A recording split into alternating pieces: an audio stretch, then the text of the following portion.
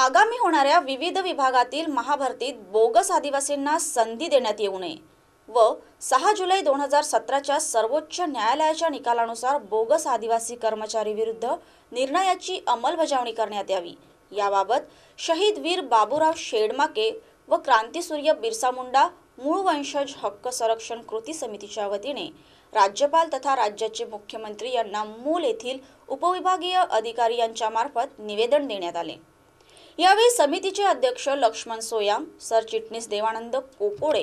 कोषाध्यक्ष अरविंद मेश्राम, अध्यक्ष कन्नाके, पराग मडावी, भूषण सुरपाम, प्रफुल्ल उईके आदी उपस्थित होते। यापूर्वी बोगस आदिवासींनी जात नामसदृश्याचा फायदा घेऊन खऱ्या आदिवासीच्या नोकऱ्या बळकावल्या आहेत। बोगस कर्मचाऱ्यांचा परिवार इतर जातीचा आणि तो बोगस कर्मचारी आदिवासी कसा असा प्रश्न आदिवासी जमातीला पडला आहे।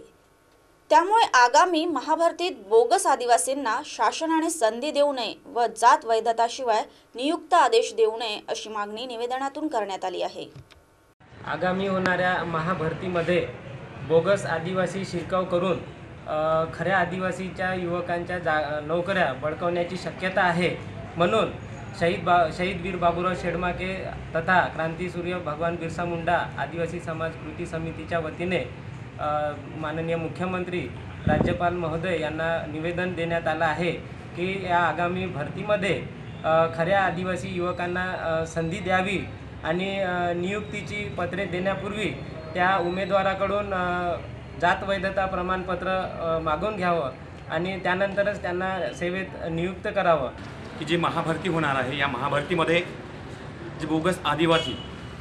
आहेत ती जास्तीत जास्त संख्येने सर्व विभागांमध्ये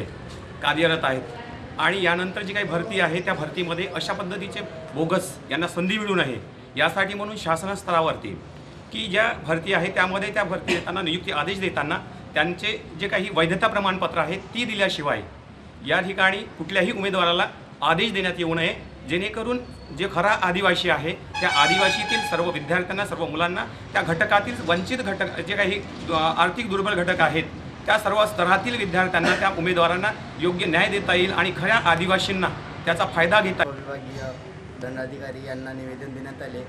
तर आम्ही BSc काही मुलं BAची आहेत तर त्यांना जर का नोकरी मिळाली नाही किंवा जर का आदिवासी बोगस मुलांनी किंवा आदिवासीच्या बोगस कार्यकर्त्यांनी हे जर का बळकावले तर आमच्या शिक्षणाला काही अर्थच राहणार नाही ना, मग आम्ही शिकून काय फायदा।